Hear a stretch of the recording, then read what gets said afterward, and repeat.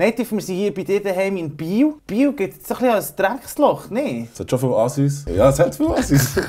Aber gleichzeitig sind alle sehr sozial. Native, bügelst du eigentlich manchmal? Mir nicht.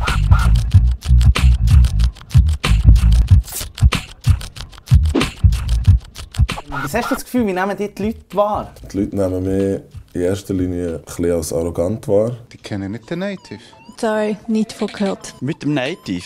Und wer soll das sein? Beschäftigt euch mal mit breit anerkannter Populärkultur. Über den habe ich letzte in einer riesigen Zeitung eine ganze Seite über ihn gesehen. Ich habe den Titel gelesen und ich habe den Lied gelesen und die Bildunterschrift. Es hat alles mega super getönt und ich sehe das super aus. Der ist nie nicht am Bügeln. Ich glaube, da sind Drogen im Spiel.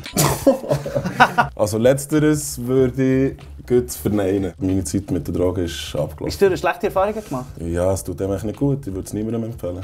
Wie viele Groupies hat man eigentlich als Rapper? Es lohnt sich am Anfang und mit der Zeit nicht. Warum? Irgendwann ist ja schon dein Pulver ein bisschen verbraucht. Der Anfangsglanz ist irgendwann nicht mehr da und dann bist du einfach nur noch so ein alter Rapper, der irgendwelchen 20-jährigen Frauen hinten nachläuft.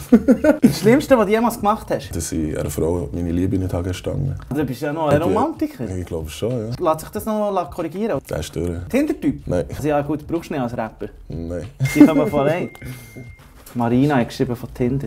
Du findest schon, also die Chemie ist brutal zwischen uns. Mhm.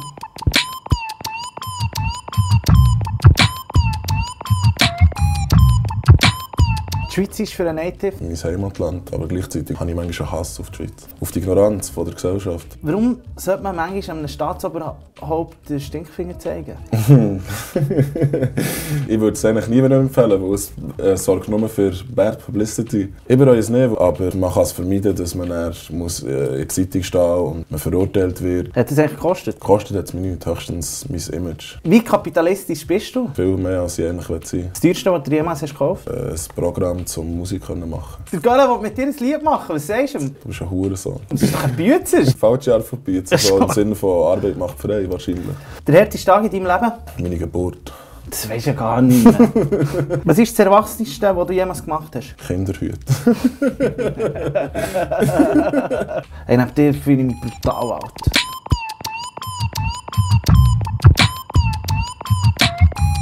Der schönste Ort auf der Welt. Daheim. Was ist eigentlich Schweizer Untergrundrap? Ich.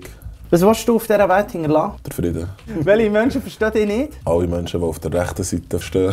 Mit denen suchst du keinen Dialog. Ich suche den Dialog, aber so Menschen sind so eingeschränkt in ihrem Denken und du kannst ihnen Sachen 1000-mal wiederholen, aber sie werden es nie begreifen. In welchem Punkt widersprichst du dir am meisten? Dass ich einerseits die Leute verurteile, die nicht darauf schauen, von wo ihre Sachen kommen, aber ich selber Markenkleider trage, die wahrscheinlich nicht von einem guten Ort herkommen. Wie hübsch bist du auf einer Skala 1 bis 10? Ich habe ein bisschen zugenommen, darum geben wir ein schönes, neutrales, schweizerisches Fifi. Wem würdest du gerne mal an einem Tisch hocken? Mit der Georgia Smith.